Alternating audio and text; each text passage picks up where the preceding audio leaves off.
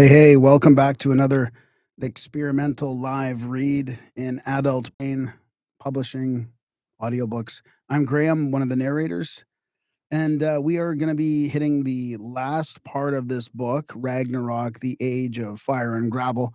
Today's only going to be chapter 1 of part 4, Conclusions, which is called The Was Pre-glacial Man Civilized? That is the chapter 1 of the last part. We went through the other parts. You can find them on the live tab. I went through chapter part 1, 2, and 3 already, which was part 1, the drift, the first 8 chapters there, part 2, the comet, and then part 3, the legends. And now we're in part 4, conclusions. So I'll just do like a chapter a day type thing. So this is how the sausage was made. It's rough and raw. I'm editing as I go, so it's not super polished or clean.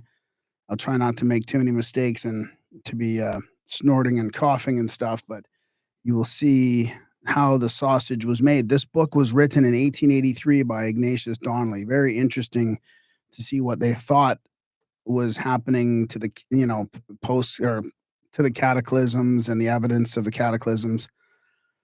So I will share the screen and show you how the sausage is made here. This is, we are real humans here. We are real. We are not just AI. So here's my editing software. Let me just do a test here quickly. Check. That record level will keep dropping, but it should be okay in the end. So we are on part 4, conclusions.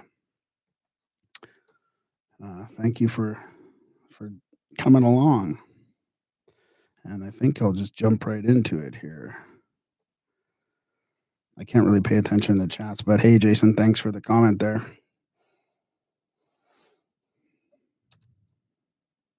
Part 4, conclusions. Chapter 1, Was Pre-glacial Man Civilized? We come now to another and very interesting question. In what stage of development was mankind when the drift fell upon the earth? It is, of course, difficult to attain to certainties in the consideration of an age so remote as this. We are, as it were, crawling upon our hands and knees into the dark cavern of an abyssal past. Whoops, I got that wrong already. Abysmal past, not abyssal. Probably both. As it were.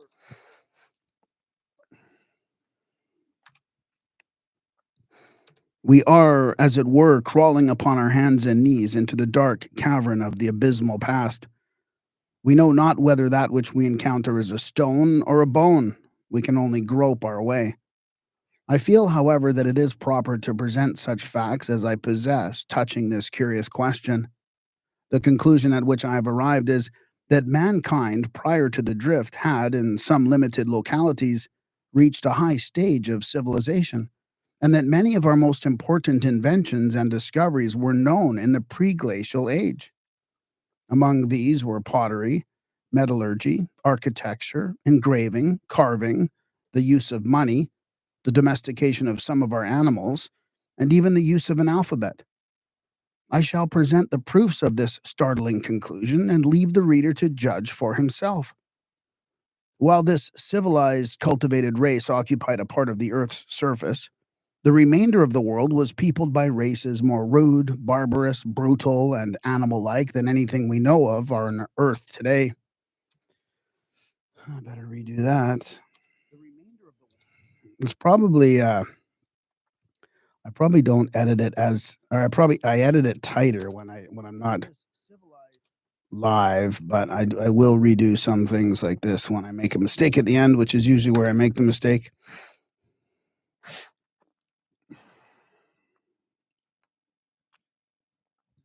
We know of on our Earth today. While this civilized, cultivated race occupied a part of the Earth's surface, the remainder of the world was peopled by races more rude, barbarous, brutal, and animal-like than anything we know of on our Earth today. In the first place, I shall refer to the legends of mankind, wherein they depict the condition of our race in the pre-glacial time. If these statements stood alone, we might dismiss them from consideration, for there would be a strong probability that later ages, in repeating the legends, would attribute to their remote ancestors the civilized advantages which they themselves enjoyed. But it will be seen that these statements are confirmed by the remains of man, which have been dug out of the earth, and upon which we can rely to a much greater extent. First, as to the legends. If I have correctly interpreted Job as a religious drama founded on the fall of the drift, then we must remember that Job describes the people overtaken by the catastrophe as a highly civilized race. They had passed the stage of worshipping sticks and stones and idols and had reached to a knowledge of the one true God. They were agriculturalists. They raised flocks of sheep and camels. They built houses.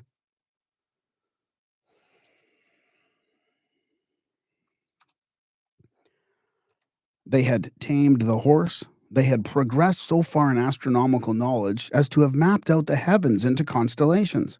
They wrote books. Consequently, they possessed an alphabet. They engraved inscriptions upon the rocks. But it may be said truly that the book of Job, although it may be really a description of the drift catastrophe, was not necessarily written at the time of or even immediately after that event. So gigantic and terrible a thing must have been the overwhelming consideration and memory of mankind for thousands of years after it occurred. We will see that its impress still exists on the imagination of the race. Hence, we may assign to the book of Job an extraordinary. So, I'm just curious about what he said there about that.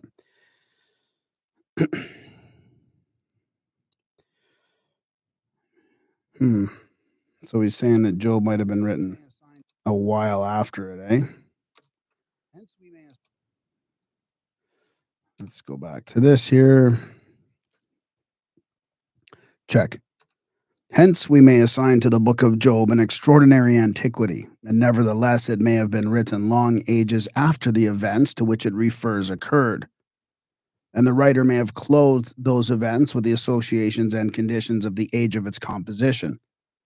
Let us then go forward to the other legends, for in such a case we can prove nothing. We can simply build up cumulative probabilities. In Ovid, we read that the earth, when the dread affliction fell upon her, cried out, O sovereign of the gods, if thou approvest of this, if I have deserved it, why do thy lightnings linger? And dost thou give this as my recompense?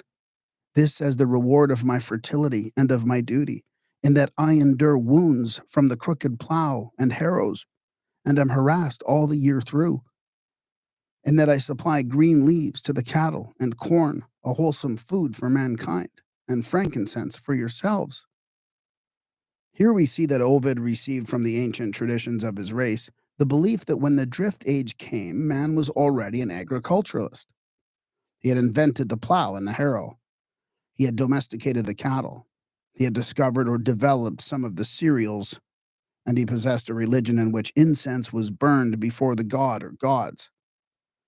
The legend of Phaeton further indicates that man had tamed the horse and invented wheeled vehicles. In the Hindu story of the coming of the daemon,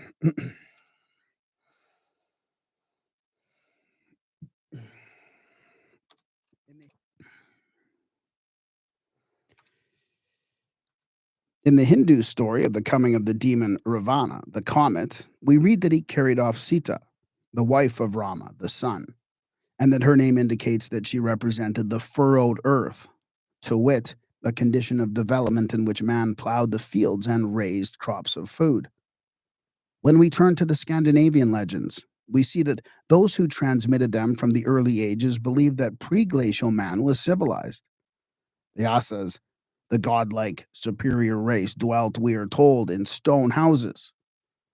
In describing in the Elder Edda the corrupt condition of mankind before the great catastrophe occurred, the world, we are told, was given over to all manner of sin and wickedness. We read, brothers will fight together and become each other's bane. Sisters, children shall sieve their spoil. Hard is the world. Sensual sins grow huge. There are axe ages, sword ages, shields are cleft in twain. There are wind ages, murder ages, ere the world falls dead. When the great day of wrath comes, Heimdall blows in the Gjallarhorn. Odin rides to Mimir's well. Odin puts on his golden helmet. The Asas hold council before their stone doors. All these things indicate a people who had passed far beyond barbarism. Here we have axes, swords, helmets, shields, musical instruments, domesticated horses, the use of gold and stone buildings. And after the great storm was over, and the remnant of mankind crept out of the caves and came back to reoccupy the houses of the slain millions, we read of the delight with which they found in the grass the golden tablets of the Asas, additional proof that they worked in the metals and possessed some kind of a written language. They also had the runes, or runic letters of Odin. In the Norse legends, we read that Loki, the evil genius, carried off Iduna and her apples. And when we turn to the American legends, similar statements present themselves. We see the people immediately after the catastrophe sending a messenger to the happy eastern land, over the sea by a bridge, to procure drums and other musical instruments. We learn from the Miztecs that, while the darkness yet prevailed, the people built a sumptuous palace, a masterpiece of skill, and on the top of it they placed an axe of copper, the edge being uppermost, and on this axe the heavens rested. The Navajos, shut up in their cave, had flute players with them. The Peruvians were dug out of their cave with a golden spade. In the Tahoe legend, we read that the superior race compelled the inferior to build a great temple for their protection from floods, and the oppressed people escaped in canoes while the world blazes behind them. Soon after the Navajos came out of the cave, we find them, according to the legend, possessed of water jars, and we have references to the division of the heavens into constellations.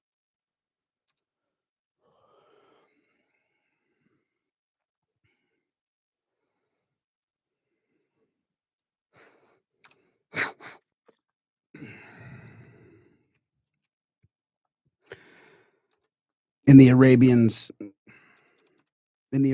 legend of the city of brass, we are told that the people who were destroyed were great architects, metallurgists, agriculturalists, and machinists, and that they possessed a written language. We turn now to the more reliable evidences of man's condition, which have been exhumed from the caves and the drift. In the 17th century, Fray Pedro Simon relates that some miners running an adit.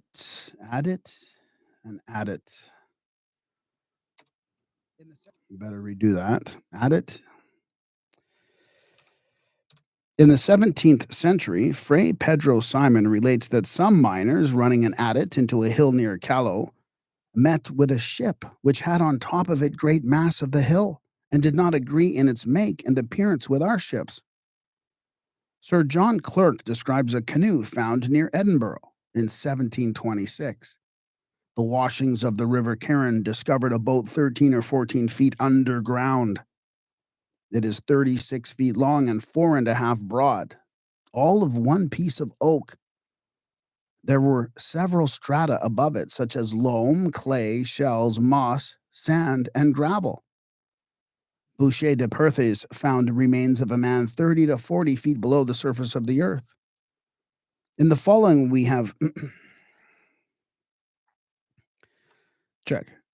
In the following, we have the evidence that the pre-glacial race was acquainted with the use of fire and cooked their food.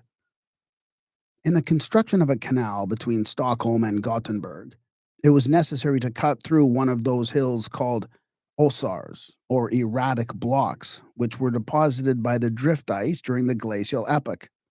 Beneath an immense accumulation of osars, with shells and sand, there were discovered in the deepest layer of subsoil at a depth of about 60 feet, a circular mass of stones, forming a hearth, in the middle of which there were wood coals. No other hand than that of man could have performed the work. In the state of Louisiana, on Petite Anse Island, remarkable discoveries have been made. At considerable depths below the surface of the earth, 15 to 20 feet, immediately overlaying the salt rocks and underneath, what Dr. Foster believes to be the equivalent of the drift in Europe, associated with the bones of elephants and other huge extinct quadrupeds, Incredible quantities of pottery were found. In some cases, these remains of pottery formed veritable strata, 3 and 6 inches thick. In many cases, the bones of the mastodon were found above these strata of property. Property. Let's see. In many cases, the bones of the mastodon were found above these strata of pottery. Fragments of baskets and matting were also found. Here we have evidence of the long continued occupation of the spot by man prior to the Drift Age, and that the human family had progressed far enough to manufacture pottery and weave baskets and matting. The cave of Chalot, Belgium, was buried by a mass of rubbish caused by the falling in of the roof, consequently preserving all of its implements. There were found the split bones of mammals and the bones of birds and fishes. There was an immense number of objects, chiefly manufactured from reindeer horns, such as needles, arrowheads, daggers, and hooks. Besides these, there were ornaments made of shells, pieces of slate with engraved figures, mathematical lines, remains of very coarse pottery, hearthstones, ashes, charcoal, and last but not least, 30,000 worked flints mingled with the broken bones. Take a break here quickly. Look at this earthen vase found in the cave of Verfoes, Belgium.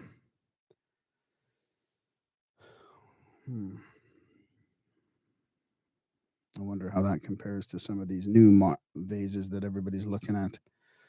Okay, where was I? In the hearth.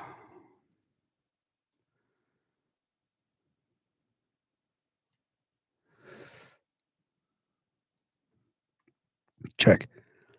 In the hearth, placed in the center of the cave, was discovered a stone with certain but unintelligible signs engraved upon it. Monsieur Dupont also found about 20 pounds of the bones of the water rat, either scorched or roasted.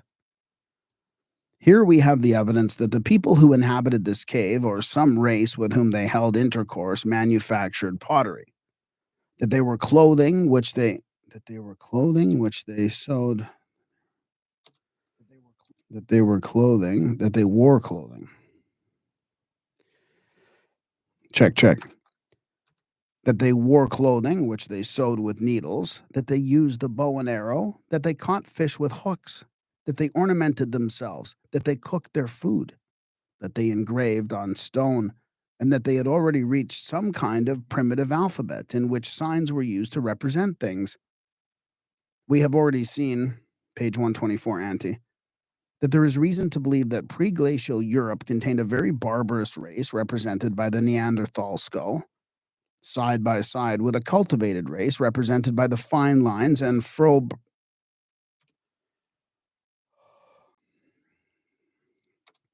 by side.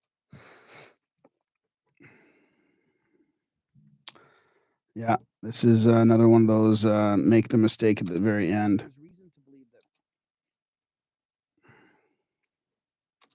There is reason to believe that. I'm gonna redo this whole thing. We have already seen, page 124 ante, that there is reason to believe that pre-glacial Europe contained a very barbarous race, represented by the Neanderthal skull, side by side with a cultivated race represented by the fine lines and full brow of the Ingus skull. The latter race, I have suggested, may have come among The latter race, I have suggested, may have come among the former as traders or have been captured in war, precisely as today in Central Africa the skulls of adventurous, civilized Portuguese or Englishmen or Americans might be found side by side with the rude skulls of the savage populations of the country.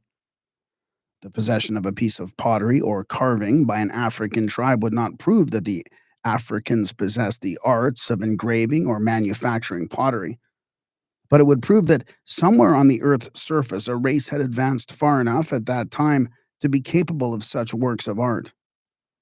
And so, in the remains of the pre-glacial age of Europe, we have the evidence that some of these people, or their captives, or those with whom they traded or fought, had gone so far in the training of civilized life as to have developed a sense of art and a capacity to represent living forms in pictures or carvings, with a considerable degree of taste and skill.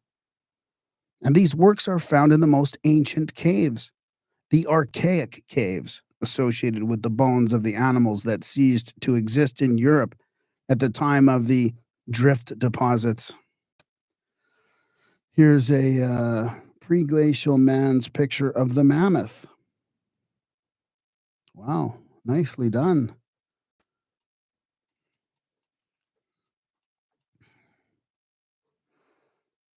Check, check. Whoops. Check. Nay, more, a picture of a mammoth has been found engraved upon a piece of mammoth tusk. The engraving on page 349 represents this most curious work of art. The man who carved this must have seen the creature it's represented.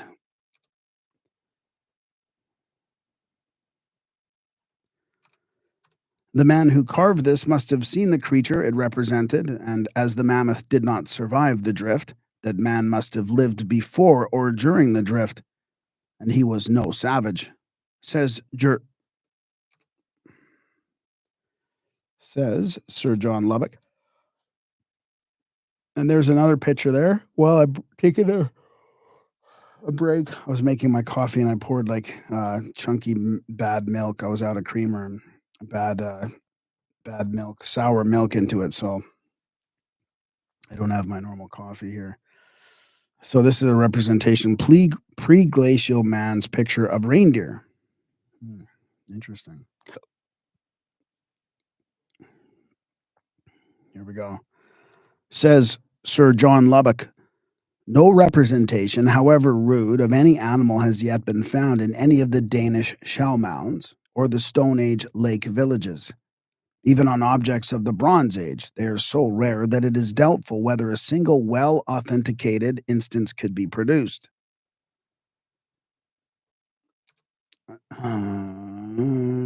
Is that Dorgoni? Dordoge. I'm going to just double check that pronunciation there. Dordogne.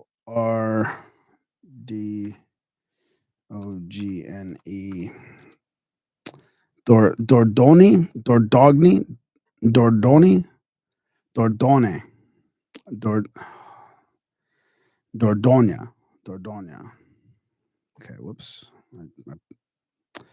I got rid of YouTube too, so now I can't even see what's going on. There we go. Dordogne. In the Dordogne caves, the following spirited drawing was found representing a group of reindeer. Here it would appear as if the reindeer were fastened together by lines or reins. If so, it implies that they were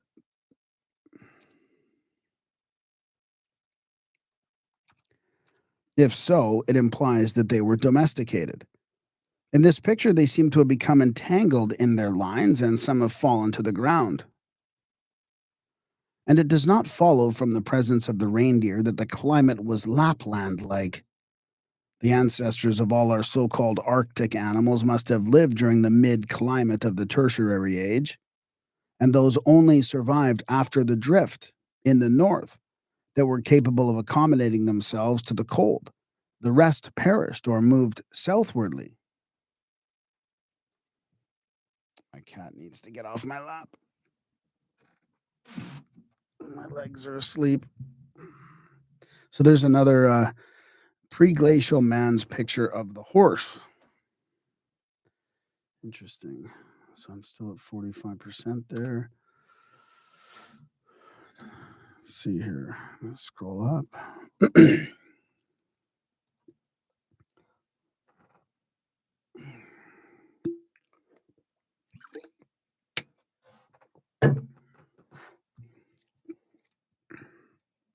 Okay. Check. Another group of animals was found engraved on a piece of the palm of a reindeer's horn as follows.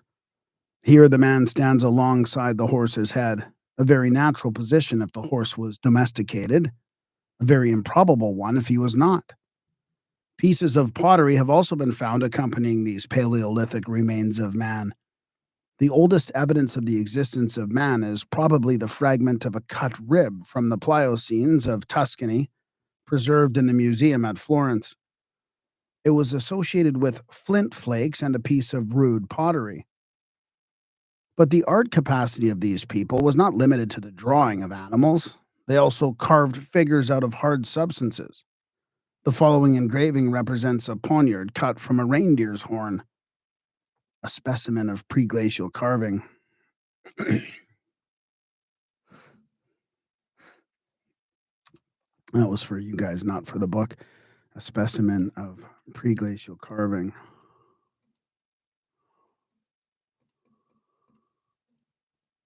Check, check, check. Sir John Lubbock says, the artist has ingeniously adapted the position of the animal to the necessities of the case. The horns are thrown back on the neck, the forelegs are doubled up under the belly, and the hind legs are stretched out along the blade. These things seem to indicate quite an advanced condition. The people who made them manufactured pottery, possessed domesticated animals, and were able to engrave and carve images of living objects.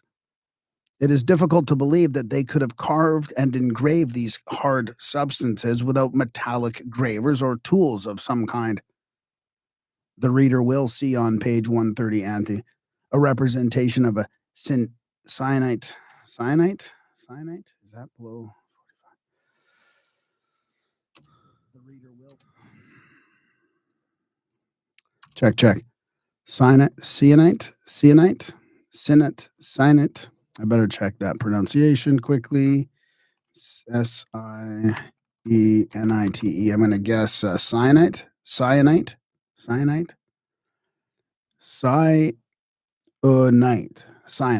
Yes. Bang on. I should just go with the flow and not check. Cyanite. Where was I? I've lost my place now. I can't even see it. I can't even find the word. What the This is what happens to me. So let me just double check where I'm at.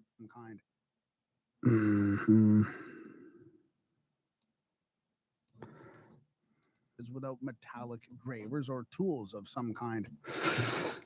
Without metallic gravers or tools of some kind. Why have I lost myself here? Okay, there we go. There it is. Cyanite. Okay. Sorry about that. Check. The reader will see on page 130 ante a representation of a cyanite plummet found 30 feet below the surface in a well in the San Joaquin Valley, California, which Professor Foster pronounces to be a finer exhibition of the lapidary's skill than has yet been furnished by the Stone Age of either continent. The following picture represents a curious image carved out of black marble about twice as large as the cut found near Marlboro, Stark County, Ohio, by some workmen while digging a well at a depth of 12 feet below the surface. The ground above it had never been disturbed. It was embedded in sand and gravel. The black or variegated marble out of which this image is carved has not been found in place in Ohio. T.W. Kinney of Portsmouth, Ohio, writes as follows. Last summer, while digging a vault for drainage at the depth of 27 feet, the workmen found the tusk of a mastodon. The piece was about 4 feet long and 4 inches in diameter at the thickest part. It was nearly all lost, having crumbled very much when exposed to the air. I have a large piece of it. Also, several flakes of flint found near the same depth. I also have several of the flakes from other vaults, some of which show evidence of work. I'll just stop it for a sec there, take a look at this stone image found in Ohio. Kind of cool. Some of the work, evidence of some work, okay. Just check the record level, seems to be okay. Check. We also found a log at the depth of 22 feet. The log was burned at one end, and at the other end was a gap, the same as an axeman's kerf. Shell banks below the level of the base of mound builders' works from 6 to 15 feet. Was this burned log thus found at a depth? Check, check. Was this burned log thus found at a depth of 22 feet a relic of the Great Conflagration? Was that axe kerf made by some civilized man who wielded a bronze or iron weapon? It is a curious fact that burned logs have, in repeated instances, been exhumed from great depths in the drift clay. While this work is going through the press, an article has appeared in Harper's Monthly Magazine, September 1882, page 609, entitled The Mississippi River Problem, written by David A. Curtis, in which the author says, when LaSalle found out how goodly a land it was, his report was the warrant of eviction that drove out the red man to make place for the white, as the mound builders had made place for the Indian in what we call the days of old. Yet it must have been only yesterday that the mound builders wrought in the valley, for in the few centuries that have elapsed since then, the surface of the ground has risen only a few feet, not enough to bury their works out of sight. How long ago, then, must it have been that the race lived? Let's do that one again. Check, check. How long ago, then, must it have been that the race lived there, whose pavements and cisterns of Roman brick now lie 70 feet underground? Mr. Curtis does not mean that the bricks found in the prehistoric settlement had any historical connection with Rome, but simply that they resemble Roman bricks.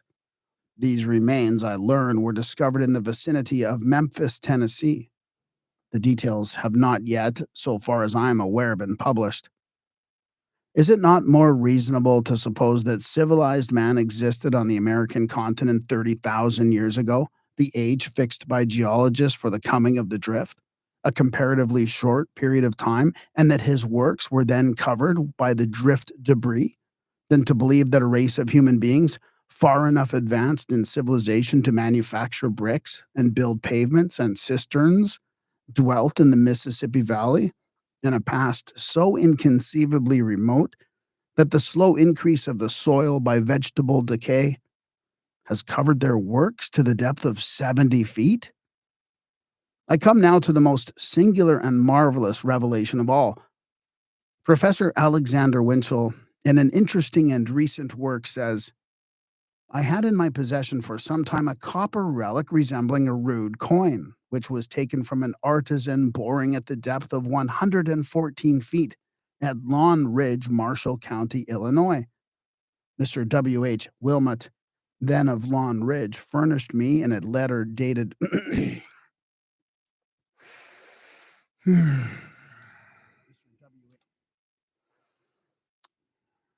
Interesting. That's going pretty deep. Mr. W. H. Wilmot, then of Lawn Ridge, furnished me in a letter dated December 4th, 1871, the following statement of deposits pierced in the boring. Soil, 3 feet, yellow clay, 17 feet, blue clay, 44 feet, dark vegetable matter, 4 feet, hard purplish clay, 18 feet, bright glean, bright glean clay. I was trying to picture what bright green clay is. What bright green clay?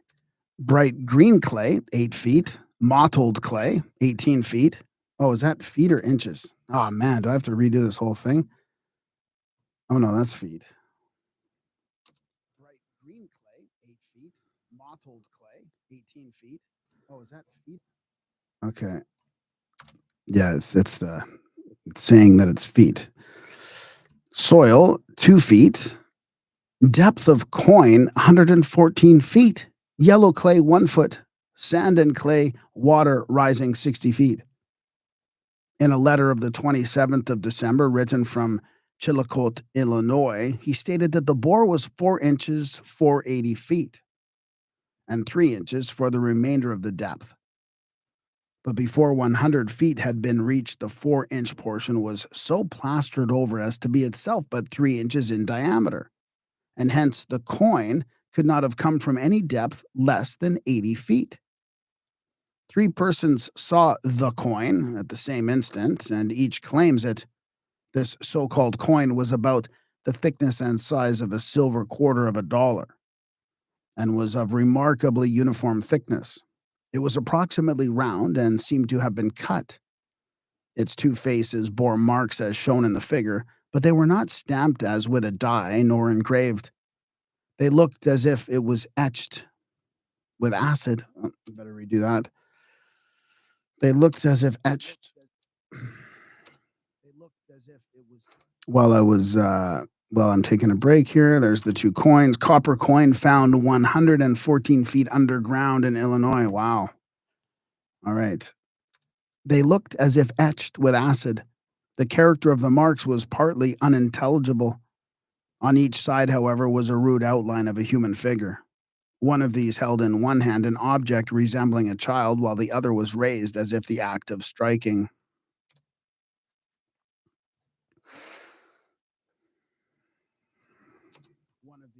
Better redo that.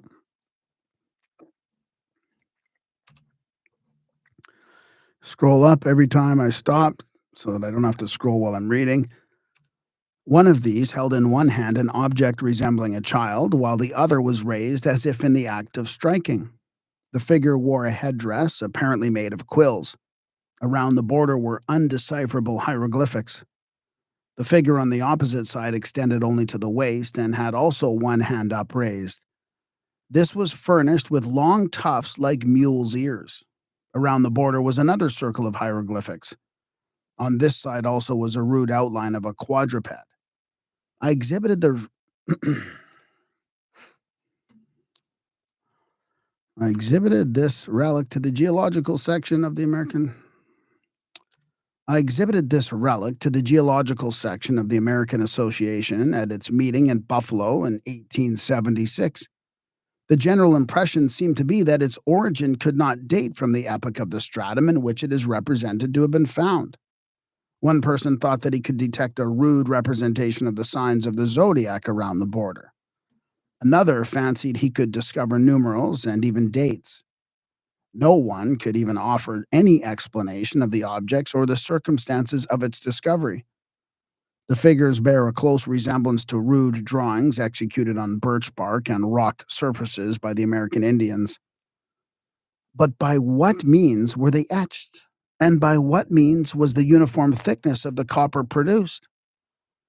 This object was sent by the owner of the. Oh, here comes the Smithsonian. I was going to mention that S word. Let's see what they say about the Smithsonian. As I scroll up, ready to do it. This object was sent by the owner to the Smithsonian Institution for examination, and Secretary Henry. I have to redo that. Okay. This object was sent by the owner to the Smithsonian Institution for examination, and Secretary Henry referred it to Mr. William E. Dubois, who presented the result of this investigation to the American Philosophical Society. Mr. Dubois felt sure that the object had passed through a rolling mill, and he thought the cut edges gave further evidence to the machine shop of the of the machine shop. I got to redo that. Mr. Dubois. It's too hard to come back and edit it later. Mr. Dubois felt sure that the object had passed through a rolling mill, and he thought that the cut edges gave further evidence of the machine shop. All things considered, he said, I cannot regard this Illinois piece as ancient nor old, observing the usual distinction, nor yet recent, because the tooth of time is plainly visible. He could suggest nothing to clear up the mystery. Professor J.P. Leslie thought it might be an astrological amulet. He detected upon it the signs of Pisces and Leo. He read the date, 1572. He said the piece was placed there as a practical joke. He thought it might be Hispano-American or French-American in origin. The suggestion of a practical joke is itself something which must not. Whoops. I better stop. Stop implementing my thoughts into this. Scroll up while I can. The suggestion of a practical joke is itself something which must be taken as a joke. Oh, he did say that. Oh, that's so funny. That's what I was about to do. American in origin. Now I got to do it again. The suggestion of a practical joke is itself something which must be taken as a joke. No person in possession of this interesting object would willingly part with it. Least of all would he throw so small an object into a hole where not one chance in 1,000 existed that it would ever be seen again by any person. If this object does not date from the age of the stratum from which obtained, it can only be a relic of the 16th or 17th century, buried beneath the alluvium deposited more recently by the Illinois River. The country is a level prairie.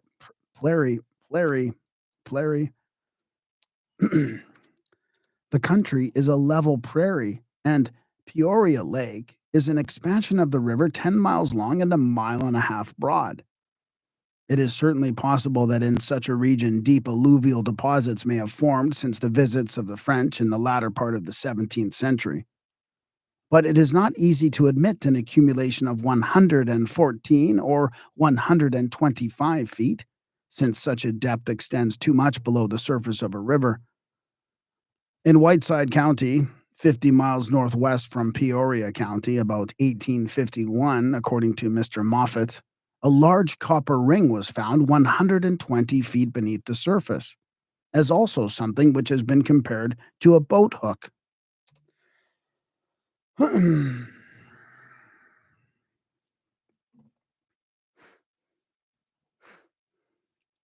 Scroll up. Several other objects have been found at less depths, including stone pipes and pottery and a spear-shaped hatchet made of iron. If these are not ancient, their occurrence at depths of 10, 40, 50, and 120 feet must be explained, as I have suggested, in reference to the coin. An instrument of iron is a strong indication of the civilized origin of all. This is indeed an extraordinary revelation. Here we have a copper metal, very much like a coin, inscribed with alphabetical or hieroglyphical signs, which, when placed under the microscope in the hands of a skeptical investigator, satisfies him that it is not recent and that it passed through a rolling mill and was cut by a machine.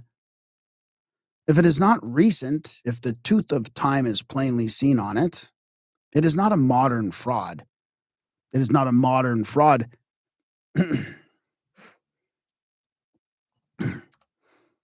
If it is not a modern fraud, then it is really the coin of some pre-Columbian people. The Indians possess no currency or alphabet, so that it dates back of the red man. Nothing similar has been found in the hundreds of American mounds that have been opened, so that it dates back of the mound builders. It comes from a depth of not less than 80 feet in glacial clay. Therefore, it is profoundly ancient. It is engraved after a method utterly unknown to any civilized nation on earth, within the range of recorded history. It is engraved with acid. It belongs, therefore, to a civilization. Scroll up a little bit. It belongs, therefore, to a civilization unlike any we know of. If it had been derived from any other human civilization, the makers, at the same time they borrowed the round, metallic form of the coin, would have borrowed also the mold or the stamp. But they did not. And yet they possessed a rolling mill and a machine to cut out the coin. What do we infer? That there is a relationship between our civilization and this, but it is a relationship in which this represents the parent, and the round metallic coins of historical antiquity were derived from it, but without the art of engraving by the use of acid. It does not stand alone, but at great depths in the same clay implements of copper and of iron are found. What does all this indicate? That far below the present level of the state of Illinois, in the depths of the glacial clays, about 100 or 120 feet below the present surface of the land, there are found the evidences of a high civilization. For a coin with an inscription upon it implies a high civilization. It implies an alphabet, a literature, a government, commercial relations, organized society, regulated agriculture, which could alone sustain all these, and some implement like a plow, without which extensive agriculture is not possible. And some implement like a plow. Scroll up a little bit while I'm waiting. And some implement like a plow, without which extensive agriculture is not possible. And this in turn implies domesticated animals to draw the plow. The presence of the coin and of implements of copper and iron proves that mankind has passed far beyond the Stone Age. And these views are confirmed by the pavements and cisterns of brick found 70 feet below the surface in the lower Mississippi Valley. There is a Pompeii, a Herculaneum, somewhere underneath central and northwestern Illinois or Tennessee, of the most marvelous character. Not of Egypt, Assyria, or the Roman Empire, things of yesterday, but belonging to an inconceivable antiquity, to pre-glacial times, to a period ages before the flood of Noah, a civilization which was drowned and deluged out of sight under the immeasurable clay flood of the comet. Man crawled timidly backward into the history of the past over his little limit of 6,000 years. And at the farther end of this tether, he found the perfect civilization of early Egypt. He rises to his feet and looks still backward at the vista. Double check that. Let me redo that.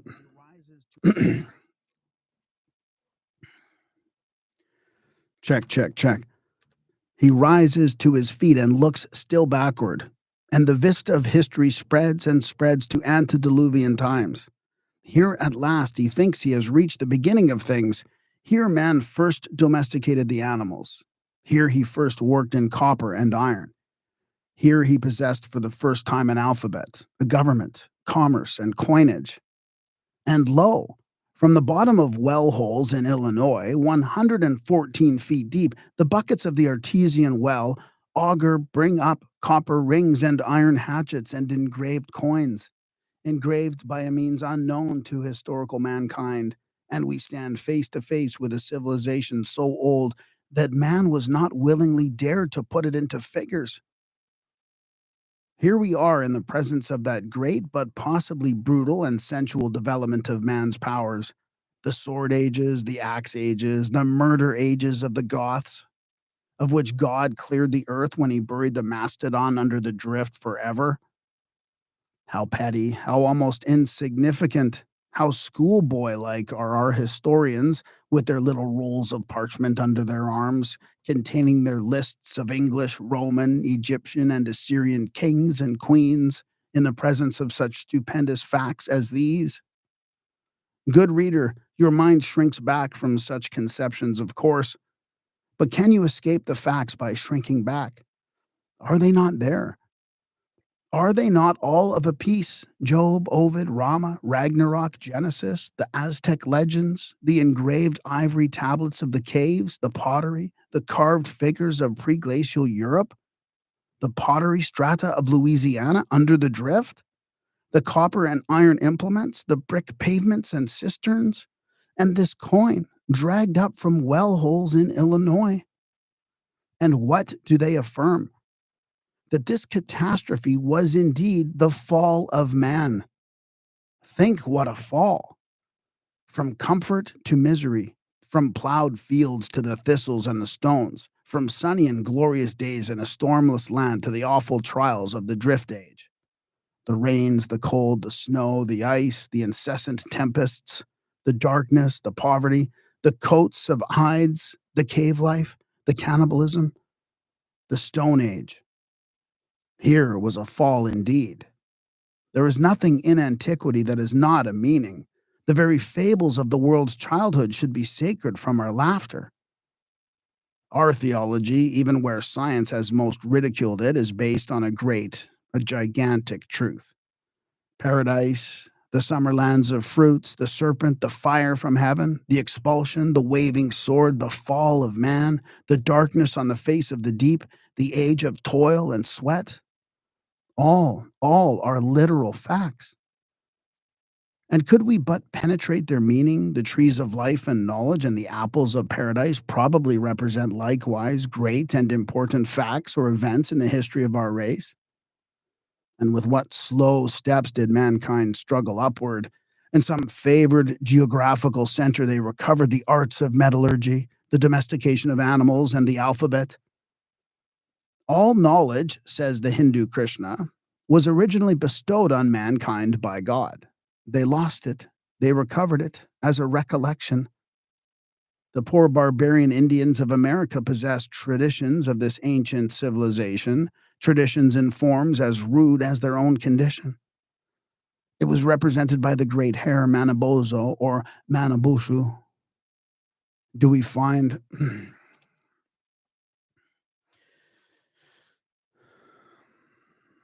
let's see here, let me check. This is a great ending to the chapter.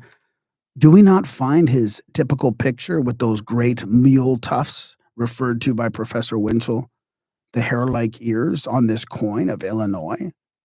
Read what the Indians tell us of this great being. From the remotest wilds of the Northwest, says Dr. Brinton, to the coast of the Atlantic, from the southern boundaries of Carolina to the cheerless swamps of Hudson's Bay, the Algonquins were never tired of gathering around the winter fire and repeating the story of Manabozho or Mikabo, the great hare.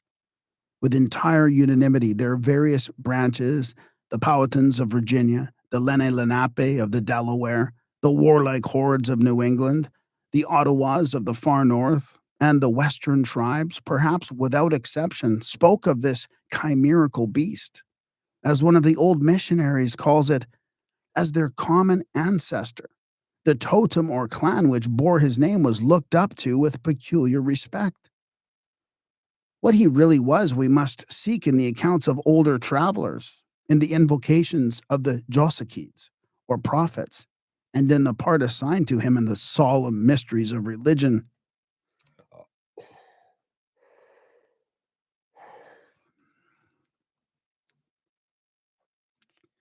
Shit. Hope this is okay. It went down to 39.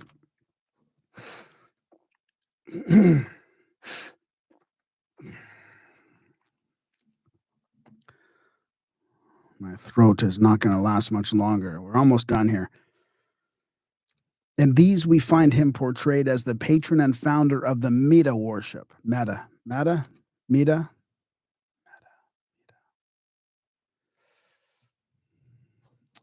I just want to double check that quickly. Meta. I think it's going to be Meta.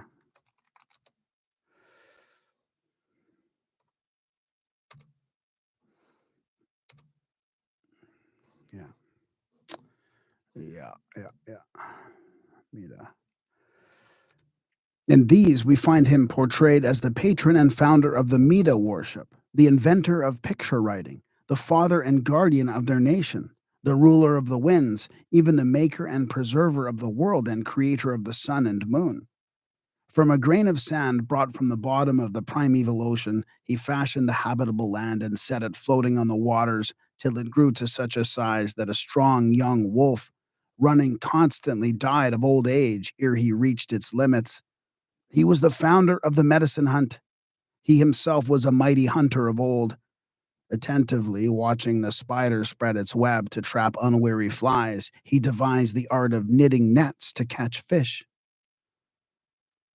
This is a barbarian's recollection of a great primeval civilized race who established religion, invented nets, and, as the other legends concerning him show, first made the bow and arrow and worked in the metals.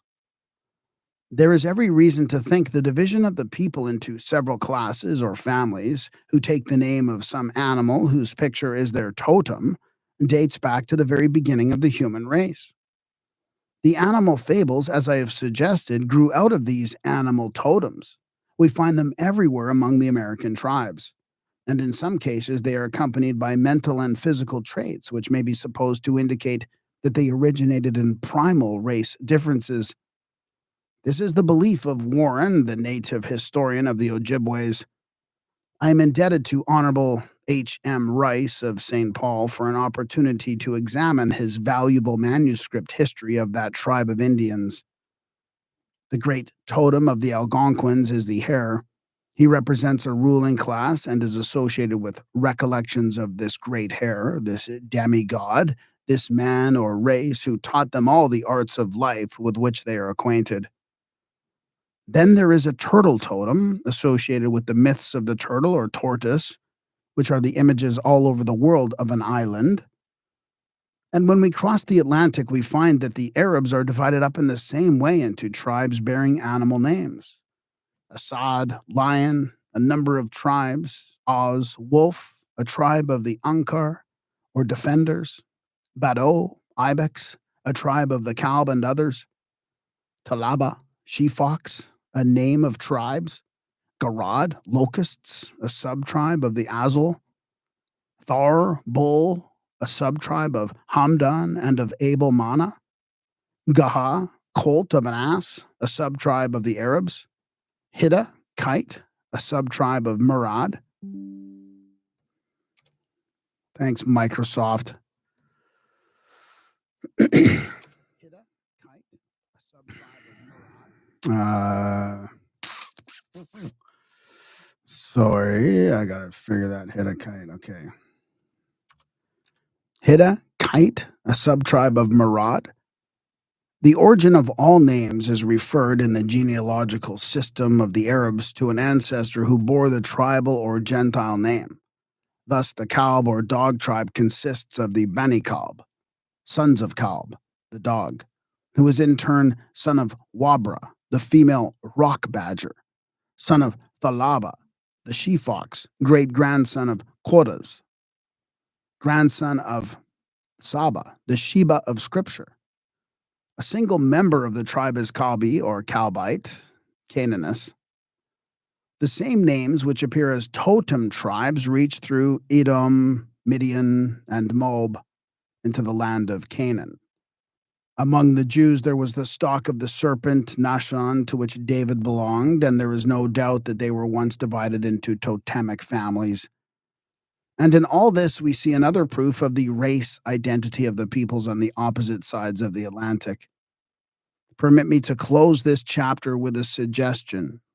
Is there not energy enough among the archaeologists of the United States to make a thorough examination of some part of the deep clay deposits of central Illinois or of those wonderful remains referred to by Mr. Curtis? If one came and proved that at a given point he had found indications of a coal bed or a gold mine, he would have no difficulty in obtaining means enough to dig a shaft and excavate acres. Cannot the greed for information do 1/10 as much as the greed for profit? Who can tell what extraordinary revelations wait below the vast mass of American glacial clay? For it must be remembered that the articles already have found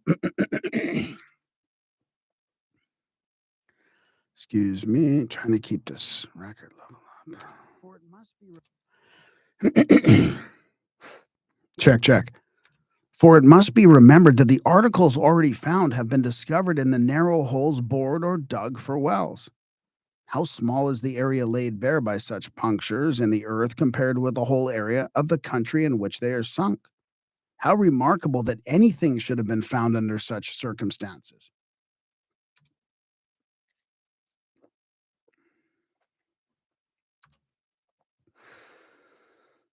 How probable, therefore, that the remains of man are numerous at a certain depth. Where a coin is found, we might reasonably expect to find other works of copper and all those things which would accompany the civilization of a people working in the metals and using a currency, such as cities, houses, temples, etc. Of course, such things might exist, and yet many shafts might be sunk without coming upon any of them. But is not the attempt worth making?